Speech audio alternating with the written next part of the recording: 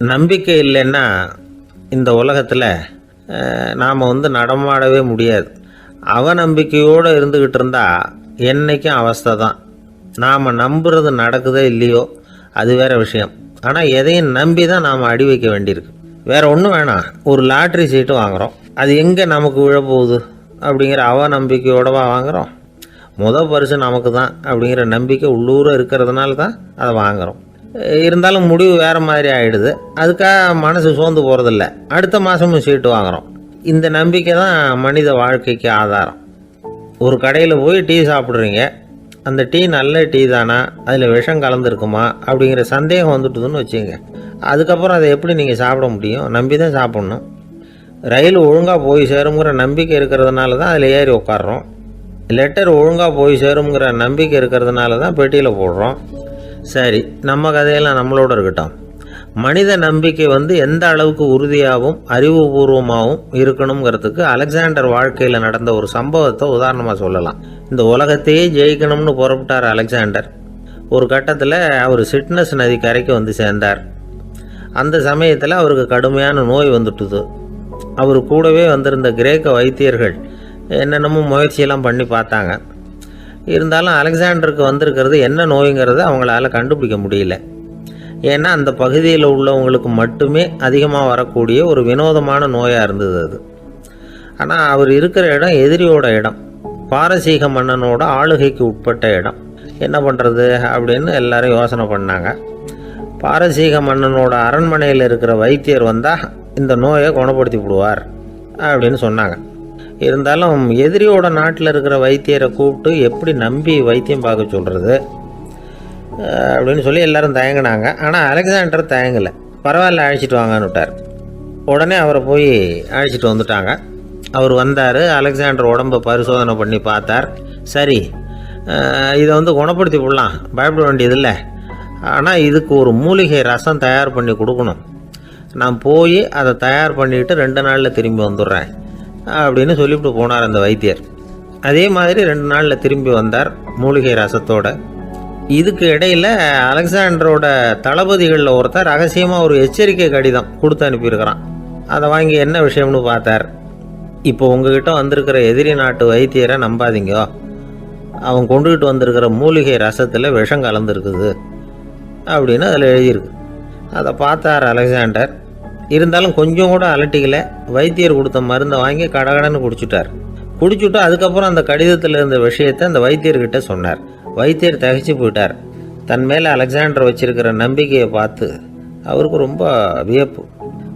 வைத்தியர் உண்மையிலேயே நல்ல மருந்து தான் கொண்டுகிட்டு கொடுத்துருக்கிறார், அதில் விஷம்லாம் எதுவும் கலக்கலை.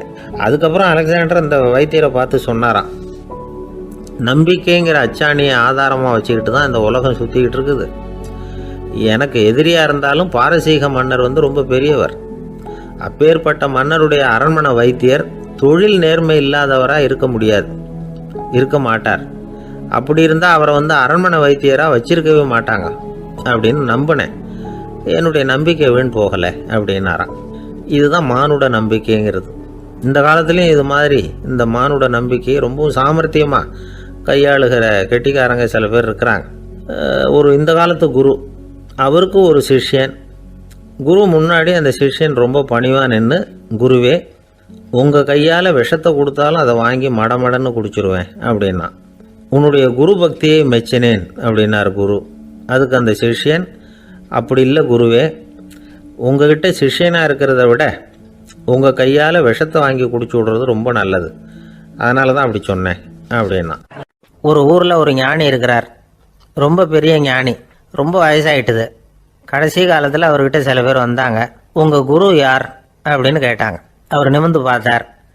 எனக்கு ஆயிரக்கணக்கான குருமார்கள் உண்டு, அவங்க பேரெல்லாம் சொல்லணும்னா இந்த காலம் பத்தாது. ஆனால் முக்கியமான ஒரு 3 பேரை பற்றி மட்டும் உங்களுக்கு சொல்கிறேன் அப்படின்னாராம். அப்புறம் சொன்னார், அந்த 3 பேரில் ஒருத்தன் ஒரு திருடன். ஒரு சமயம் ஒரு பாலைவனம் வழியாக நான் போய்கிட்டு இருந்தேன். அப்போது வழி தவறி போய் ஒரு கிராமத்துக்கு போயிட்டேன். அது இருட்டு நேரம், நடு ராத்திரி, ஊரே உறங்கி போச்சு. அந்த நேரத்தில் ஒரு ஆள் மட்டும் ஒரு வீட்டு சுவத்தில் ஏதோ பண்ணி உள்ளே நுழையிறதுக்கு முயற்சி பண்ணிகிட்டு இருக்கிறான். அவங்கிட்ட போய் நான் இன்னைக்கு இங்கே எங்கே தங்க முடியும் அப்படின்னு கேட்டேன். அதுக்கு அவன், இந்த ராத்திரி வேளையில் அது ரொம்ப சிரமம், ஒரு திருடனோட உங்களால் தங்க முடியும்னா நீங்கள் என்னோட தங்கலாம் அப்படின்னா. நான் அவங்க கூட 1 மாதம் தங்கியிருந்தேன். ஒவ்வொரு நாள் ராத்திரியும் இப்போ நான் என்னுடைய வேலைக்கு போகிறேன், நீங்கள் ஓய்வு எடுத்துக்கோங்க அப்படின்னு சொல்லிவிட்டு போவான். அவன் திரும்பி வந்த உடனே உனக்கு ஏதாவது கிடைச்சிதான்னு நான் கேட்பேன். அதுக்கு அவன், இன்னைக்கு ராத்திரி ஒன்றும் இல்லை, நாளைக்கு மறுபடியும் முயற்சி பண்ணுவேன் அப்படின்பா.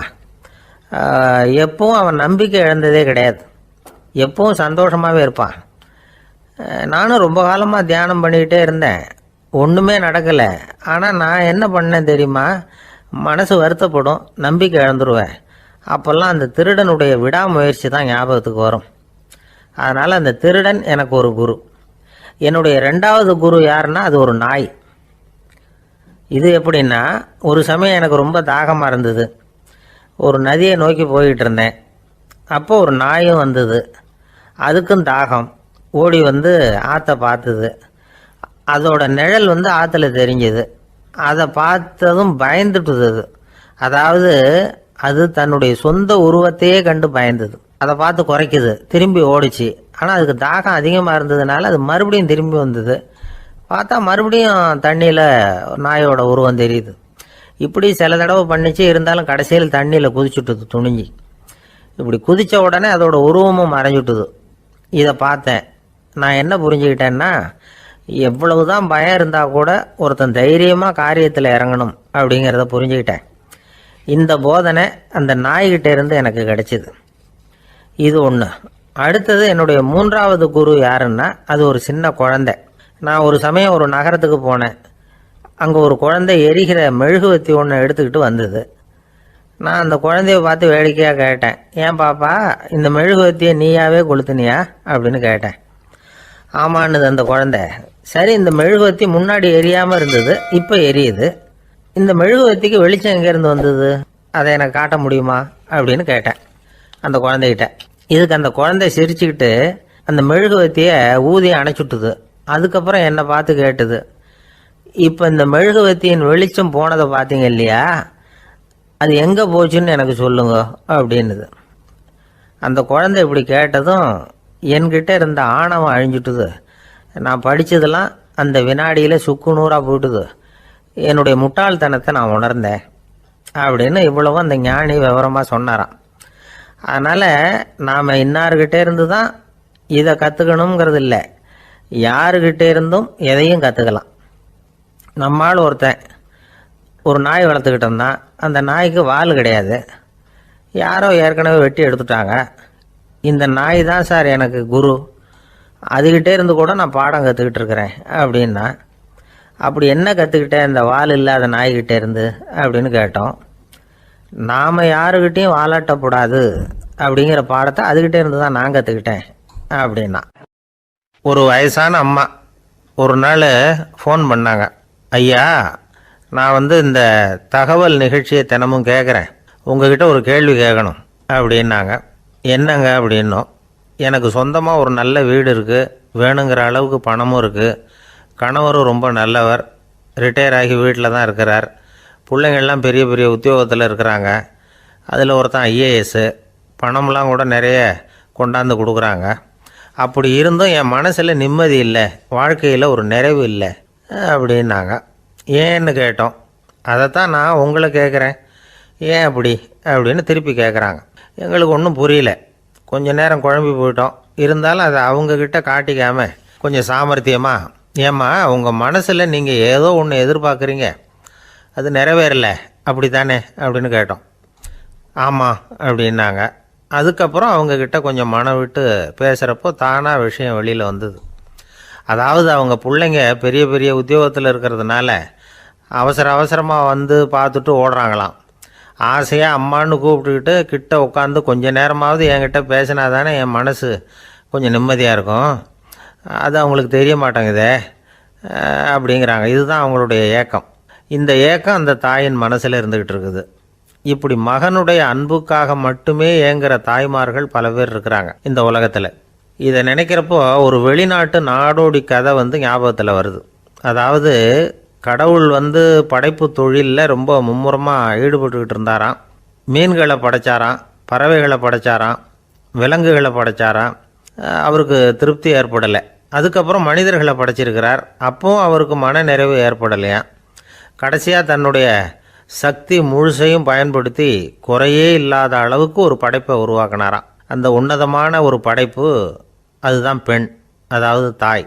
இப்படி உருவாக்கி எல்லாரையும் இந்த உலகத்தில் விட்டுவிட்டாராம்.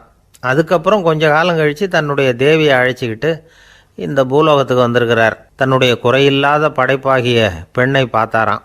ஏம்மா, உனக்கு இன்னும் ஏதாவது குறை இருந்தால் சொல்லு, அதையும் நிவர்த்தி பண்ணி விடுறேன் அப்படின்னாராம். அந்த அம்மா பார்த்துருக்காங்க. சுவாமி, எனக்கு நீங்கள் கொடுத்துருக்கிறது 2 கை. என்னுடைய பிள்ளைகளுக்கு சேவை செய்கிறதுக்கு இந்த 2 கை பத்தலை. அதனால் இன்னும் ஒரு 2 கை கொடுத்தா தேவலை அப்படின்னாங்களாம். கடவுள் பார்த்தார். அதனால் என்ன, அப்படியே செஞ்சு விடலாம், இதோ அதுக்கான வரம் கொடுத்துட்டேன் அப்படின்னார். அந்த அம்மாவுக்கு இப்போ 4 கை ஆகிட்டுது. 4 கையாலேயும் குழந்தைகளுக்கு சேவை செய்ய ஆரம்பிச்சிட்டாங்க. கடவுள் திருப்தியாக திரும்பி போனார். அதுக்கப்புறம் கொஞ்ச காலம் கழித்து மறுபடியும் திரும்பி வந்தார் தேவியோட. பெண்ணை பார்த்தார். இப்போ என்னம்மா சந்தோஷந்தானே அப்படின்னாராம். அதுக்கு அந்த அம்மா, சந்தோஷந்தான், இருந்தாலும் இப்போ எனக்கு இருக்கிற 2 காலும் போதில்லை, இன்னும் ஒரு 2 கால் இருந்தால் தேவையில்லை, நிறைய ஓடி ஆடி பிள்ளைகளுக்காக வேலை செய்ய வேண்டியிருக்குது அப்படின்னாங்களாம். சரின்னு சொல்லி 4 கால் இருக்கிறது மாதிரி செஞ்சுட்டு போயிட்டார் கடவுள். மறுபடியும் கொஞ்ச நாள் கழித்து தேவி சொன்னாங்க கடவுள்கிட்ட, நீங்கள் என்ன தான் முயற்சி பண்ணினாலும் முழுமையான ஒரு படைப்பை உங்களால் உருவாக்க முடியாது, அப்படி தான் நான் நினைக்கிறேன் அப்படின்னாங்களாம். அப்படியா சொல்கிறேன், வா அந்த பொண்ணை பார்த்துட்டு வருவோம் அப்படின்னு புறப்பட்டு இங்கே வந்தாங்களாம். இங்கே வந்து பார்த்தா 4 கால் 4 கையோடு அந்த பொண்ணு ஒரு செவுத்தில் சாஞ்சி உட்காந்து அழுதுகிட்டு இருக்குது.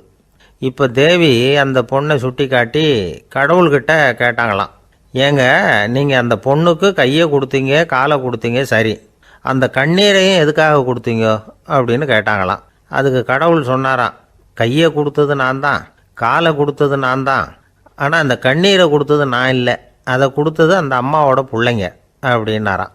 இன்றைக்கும் அப்படித்தான் பல பிள்ளைங்க அவங்க அம்மாவுக்கு கண்ணீரை தான் கொடுத்துக்கிட்டு இருக்கிறாங்க. அம்மாவை மதிக்கிற பிள்ளைங்க தான் இன்றைக்கி நல்லபடியாக இருக்கிறாங்கங்கிறது அவங்களுக்கு தெரியறதில்ல. இந்த காலத்து பிள்ளையாண்டான் ஒருத்தன் அவங்க அம்மாக்கிட்டேயும் நல்ல பிள்ளையாக நடந்துக்குவான், மனைவிக்கிட்டேயும் நல்ல கணவனாக நடந்துக்குவான், ரொம்ப சாமர்த்தியம். ஒரு நாள் அவங்ககிட்ட கேட்டாங்க, ஏன்பா உங்கள் அம்மாவும் உன் மனைவியும் சண்டை போட்டுக்கிட்டா நீ எந்த பக்கம் அப்படின்னாங்களாம். வீட்டுக்கு வெளிப்பக்கம் அப்படின்னானான் அவன். இந்த உலகத்தில் எல்லாருக்கும் மகிழ்ச்சி தரக்கூடிய ஒரு பொருள் எது?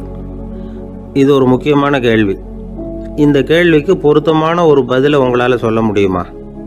அதாவது கொஞ்சம் யோசித்து பார்த்தா பணம்னு சொல்லலாமா? இப்போ கையில் காசு இல்லாதவங்ககிட்ட ஒரு 10 ரூபாயை கொடுத்தா அது அவனுக்கு சந்தோஷத்தை கொடுக்கும். ஏற்கனவே வருமான வரி பிரச்சனையில் சிக்கி இருக்கிறவர்கிட்ட இன்னும் கொஞ்சம் பணம் இருந்தாங்கன்னு சொல்லி கொடுத்தோம்னா அது அவருக்கு சங்கடத்தை தான் கொடுக்கும். அதனால் அந்த கேள்விக்கு பணங்கிறது பொருத்தமான பதிலாக இருக்க முடியாது. கேள்வி என்னன்னா, இந்த உலகத்தில் எல்லாருக்கும் மகிழ்ச்சி தரக்கூடிய ஒரு பொருள் எது? சரி, இனிப்புன்னு சொல்லலாமா? ஏன்னா எல்லாருக்கும் இனிக்க தானே செய்யும். அதுலேயும் ஒரு சிக்கல் இருக்குது. சர்க்கரை வியாதிக்காரங்களுக்கு அது என்ன சந்தோஷத்தையாக கொடுக்கும்? ஆக எல்லாருக்கும் வேறுபாடு எதுவும் இல்லாமல் மகிழ்ச்சியை கொடுக்கக்கூடியது வேற ஏதோ ஒன்று இருக்குது. அது என்னன்னு கண்டுபிடிக்கணும். அதுதான் இன்றைக்கி தகவல். இப்போ அதை கண்டுபிடிக்கணும்னா இந்த கதையை கேட்கணும். அது என்ன கதைன்னா, ஒரு ஊரில் ஒரு ராஜா இருந்தார். அவருக்கும் இதே சந்தேகம் வந்துட்டுது. அதாவது எல்லாருக்கும் இன்பம் தரக்கூடிய பொருள் எது அப்படின்னு. இதுக்கு பதில் தெரிஞ்சுக்கிறதுக்கு ஆசைப்பட்டார். சரி, அதுக்கு என்ன செய்யலாம்னு யோசனை பண்ணார். நாட்டு மக்களுக்கு பகிரங்கமாக ஒரு அறிவிப்பு கொடுத்தார். நம்ம நாட்டு மக்கள் இன்பம் தரக்கூடிய பொருள் எதுன்னு நினைக்கிறாங்களோ அதை கொண்டுகிட்டு வந்து அரண்மனையில் உள்ள கண்காட்சி மண்டபத்தில் வைக்கலாம். அப்படி அவங்க வைக்கிற பொருள்களில் எது எல்லாருக்கும் இன்பம் தரக்கூடியதாக இருக்குமோ அதை வச்சவருக்கு 1000 பொற்காசுகள் பரிசு அப்படின்னு அறிவிப்பு கொடுத்துட்டார். ஜனங்கள் இந்த அறிவிப்பை கேட்டாங்க. அதுக்கப்புறம் சும்மா இருப்பாங்களா? 1000 பொற்காசுன்னா சும்மாவா? அவங்க கையில் என்னென்ன கிடைச்சதோ அதையெல்லாம் கொண்டாந்து அரண்மனை காட்சி மண்டபத்தில் வச்சுட்டாங்க. அதுக்கப்புறமா ராஜா அங்கே வந்தார். ஒவ்வொன்றா பார்த்துக்கிட்டே வந்தார். முதல்ல ஒரு குயில் இருந்தது, இனிமையாக பாடக்கூடிய குயில். இந்த குயிலோட இன்னிசை எல்லாருக்கும் இன்பம் தரக்கூடியது தான். இருந்தாலும் காது கேட்காதவங்களுக்கு இந்த இசை எப்படி இன்பம் தர முடியும்? அதனால் இது சரியில்லைன்னு விட்டார். அடுத்தபடியாக போனார். அங்கே என்ன வச்சுருக்குறாங்கன்னு பார்த்தார். பார்த்தா ஒரு அழகான மயில் அங்கே தோகை விரித்து ஆடிக்கிட்டு இருக்குது. இந்த மயிலோட ஆட்டம் வந்து மனசுக்கு இன்பம் தரக்கூடியது தான். இருந்தாலும் பார்வை இல்லாதவங்க இந்த ஆட்டத்தை பார்த்து ரசிக்க முடியுமா? முடியாது. அதனால் இதுவும் சரியில்லை அப்படின்னு சொல்லிவிட்டார். அதுக்கு அடுத்தபடியாக போனார். பல வகையான இனிப்பு பண்டங்களை வச்சுருந்தாங்க. பார்த்தார், வயசானவங்களுக்கும் நோயாளிகளுக்கும் இது வந்து இன்பம் தராது, துன்பம் தான் கொடுக்கும் அப்படின்னார். இப்படி ஒவ்வொன்றா பார்த்துக்கிட்டே போகிறார். அழகான மலர்கள், கனிகள், ஓவியங்கள் எதுவுமே பொருத்தமாக தெரியல. சகல பேருக்கும் இன்பம் தரக்கூடிய வகையில் எதுவும் இல்லை. கடைசியாக வந்தார். அங்கே ஒரு களிமண் பொம்மை இருந்தது. அது என்ன பொம்மை தெரியுமா? பசியால் வாடி இருக்கிற ஒருத்தருக்கு ஒரு அம்மா இனிமையாக பேசிக்கிட்டு சோறு போடுறது மாதிரி அந்த பொம்மையை செஞ்சுருந்தாங்க. அதுக்கு கீழே அன்பு அப்படின்னு எழுதியிருந்துதான். ராஜா பளிச்சுன்னு ஒரு முடிவுக்கு வந்தார். அந்த பொம்மையை செஞ்ச சிற்பியை வரவழைச்சார், பரிசு கொடுத்தார். அன்பு ஒன்று தான் எல்லாருக்கும் இன்பம் அளிக்கக்கூடிய பொருள். காது கேட்காதவங்களும் அதை கேட்க முடியும், பார்வை இல்லாதவங்களும் அதை பார்க்க முடியும், குழந்தைகளும் அதை உணர முடியும் அப்படின்னு அதுக்கு விளக்கம் கொடுத்தார் அந்த மன்னர். இந்த உலகத்தில் எல்லாருக்கும் மகிழ்ச்சி தரக்கூடிய ஒரு பொருள் அன்பு தான். அதை புரிஞ்சுக்கிட்டு தான் சில கணவன்மார்கள் மனைவி பேரில் ரொம்ப அன்பை காட்டிக்கிறது வழக்கம். ஒரு வீட்டு வாசப்படி பக்கமாக மழைக்கு வந்து ஒதுங்கினார் ஒருத்தர். மழை தூரிக்கிட்டு இருந்தது, இருட்டு நேரம்.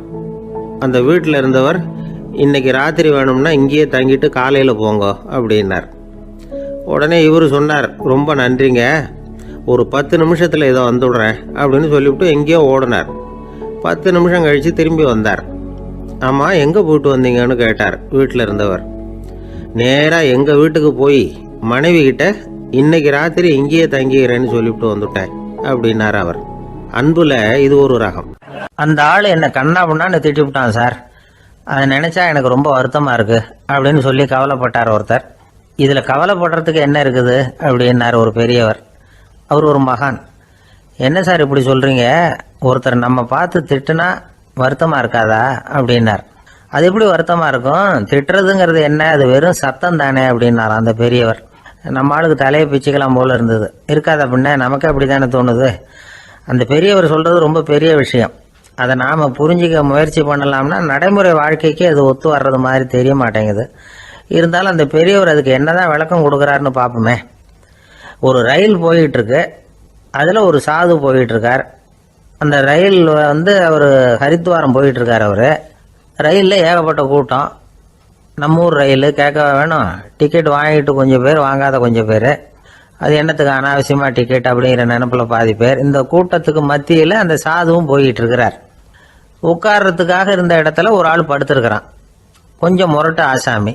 அவன் காலு பக்கத்தில் கொஞ்சோண்டு இடம் பாக்கி இருந்தது. அந்த இடத்துல இந்த சாது உட்காந்துருந்தார். மெதுவாக உட்காந்துக்கிட்டார் போய். ஆனால் அந்த ஆள் ராத்திரி பூரா இவரை காலால் உதச்சிக்கிட்டே இருக்கிறான். அது இவருக்கு ரொம்ப அவமானமாக பட்டுது. அதனால் துக்கம் ஏற்பட்டது. இருந்தாலும் அதை ஒரு மாதிரியாக சகிச்சுக்கிட்டே இவர் வந்து சேர்ந்தார். பொழுது விடிஞ்சது. அந்த சாது ஹரித்வார் வந்து சேர்ந்தார். அங்கே ஒரு பெரிய ஞானியை சந்தித்தார். ராத்திரி ரயிலில் அந்த ஆள் உதைச்சதையும் அதனால் தனக்கு ஏற்பட்ட துக்கத்தையும் இந்த சாது அந்த ஞானிகிட்ட சொன்னார். சொல்லிவிட்டு, ஏன் சுவாமி, எனக்கு துக்கம் ஏற்பட்டதே அது தப்பா அப்படின்னு கேட்டார். தவறு தான்னார் அந்த ஞானி. உனக்கு இன்னமும் தேக அபிமானம் போகலைங்கிறது தான் அது காட்டுது. அஷ்டாவக்கிரர் என்ன சொல்றார் தெரியுமா? உண்மையான ஞானி யாராவது தன்னை வந்தனை செய்தால் அதற்காக சந்தோஷப்பட மாட்டார், யாராவது நிந்தனை செய்தால் அதற்காக வருத்தப்பட மாட்டார் அப்படின்னு சொல்றார். நிந்தனைங்கிறது ஒரு ஒலி தான். தேகாபிமானம் இருக்கிற வரைக்கும் இந்த ஒலி நம்மளை வந்து வேதனைப்படுத்தும். நான் தேகம் இல்லை, ஆத்மா அப்படிங்கிற நினைவு இருந்தால் இந்த ஒலி நம்மளை பாதிக்காது. மனு என்ன சொல்றார் தெரியுமா? ஒரு சாதகன் பாராட்டுதலை விஷம்னு நினைச்சு பயப்படணும், அவமானத்தை அமிர்தம்னு நினைச்சு சந்தோஷப்படணுங்கிறார். அவமானப்பட்டா கவலைப்படாமல் எப்படி இருக்க முடியும் அப்படின்னு தான் நமக்கு தோணும். அதனால தான் நம்மளில் யாரும் இதுக்கு உதாரணமாக யாரையும் காட்ட முடியல. புத்தரையும் கபீரையும் உதாரணமாக காட்டுறாங்க.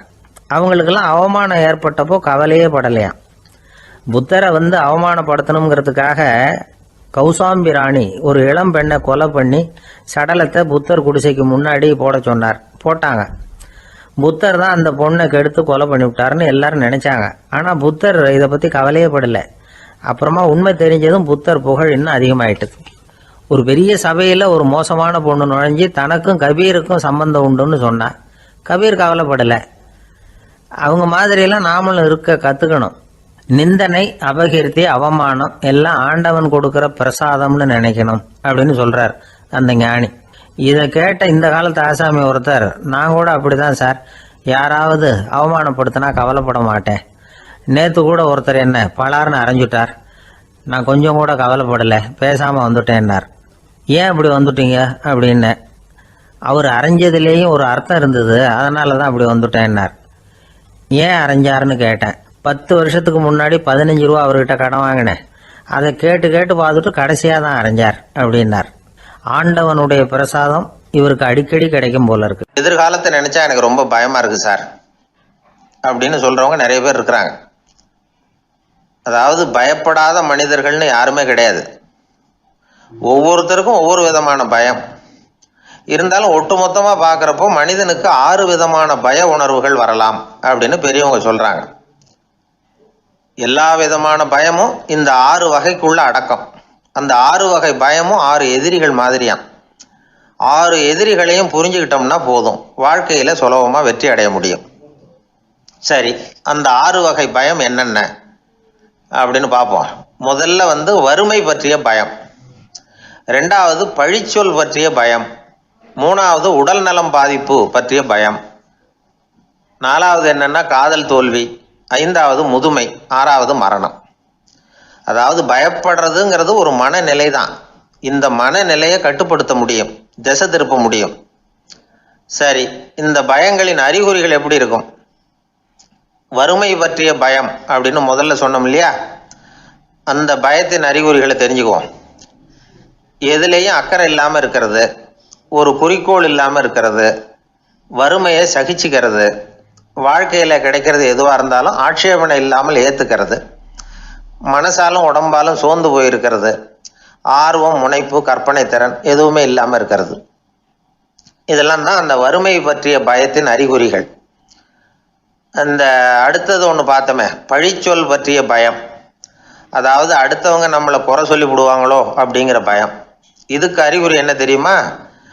புதியவர்களை சந்திக்கிறதுக்கு பயப்படுறது, முடிவு எடுக்க முடியாமல் குழம்புறது, பிரச்சனைகளை தவிர்க்க விரும்புறது, தாழ்வு மனப்பான்மை, வரவுக்கு மீறி செலவு செஞ்சு இமேஜை உயர்த்திக்கிறது, குறிக்கோள் இல்லாத வாழ்க்கை, இதெல்லாம் தான் அதுக்கு அறிகுறிகள். 3வது பயம் உடல் நலம் பாதிப்பு பற்றிய பயம், அதாவது நோய் பற்றிய பயம். ஒரு உண்மை என்ன தெரியுமா? டாக்டரை சந்திக்கிற மனிதர்களில் 75% பேர் தங்களுக்கு நோய் வந்துட்டுதுங்கிற கற்பனையில் இருக்கிறவங்களாம். நிஜமாவே நோய் கிடையாது அவங்களுக்கு.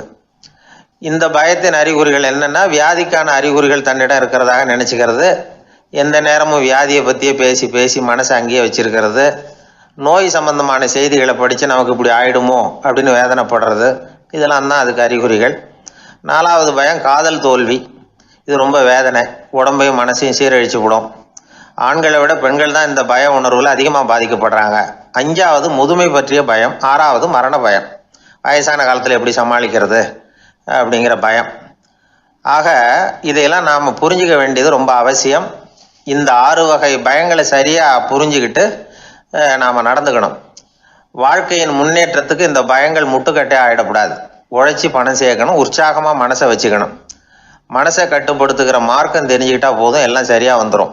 நம்ம ஆள் ஒருத்தன் சொன்னான், சார் எனக்கு வறுமை பற்றிய பயம்தான் இருந்தது, ஒரே ராத்திரியில் 30,000 ரூபா தயார் பண்ணிவிட்டேன், இப்போ எனக்கு இன்னொரு பயம் வந்துட்டுதுன்னா. என்ன பயம்னு கேட்டாங்க. போலீஸு கண்டுபிடிச்சிருமோங்கிற பயம்னா. இது இந்த பயத்தில் அடங்காது.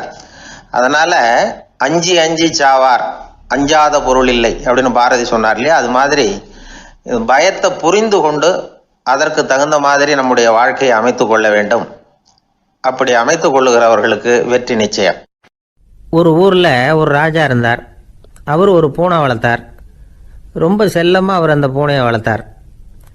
அவர் என்ன பண்ணுவார் தெரியுமா? இரவு நேரத்தில் அந்த பூனையோட தலையில் ஒரு விளக்கை வச்சுருவார். அந்த பூனை ரொம்ப ஜாக்கிரதையாக அந்த விளக்கு கீழே விழுந்துடாமல் பார்த்துக்கும். தலையை ஆட்டாமல் ரொம்ப நிதானமாக ராஜா பின்னாடி நடந்து போய்கிட்டே இருக்கும். அந்த விளக்கு வெளிச்சத்தில் எல்லா வேலைகளையும் செஞ்சுருவார். கையில் ஒரு விளக்கை தனியாக எடுத்துகிட்டு போக வேண்டிய அவசியமே இல்லை. விளக்கை தூக்கிட்டு போகிற வேலையை அந்த பூனை பார்த்துக்கும். அதனால் ராஜாவுக்கு அந்த பூனை மேலே ரொம்ப பிரியம்.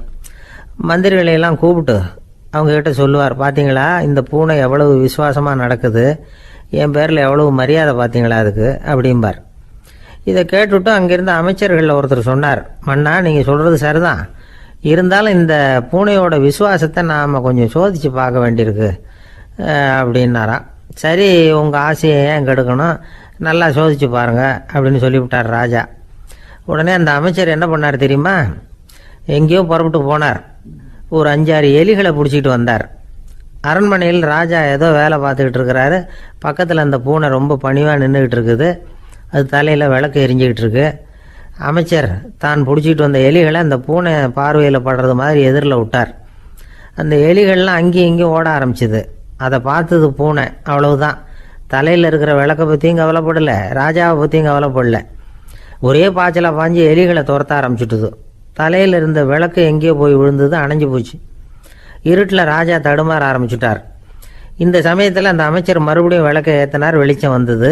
அதுக்கப்புறம் அந்த அமைச்சர் பேசினார், அரசே, பூனையோட விசுவாசத்தை பார்த்தீங்களா, எலி அது கண்ணில் படுற வரைக்கும் தான் விசுவாசமாக இருந்தது. அது மாதிரி எலியை பார்த்ததும் எல்லாத்தையும் விட்டுட்டு அதை துரத்த ஆரம்பிச்சுட்டு பார்த்தீங்களா.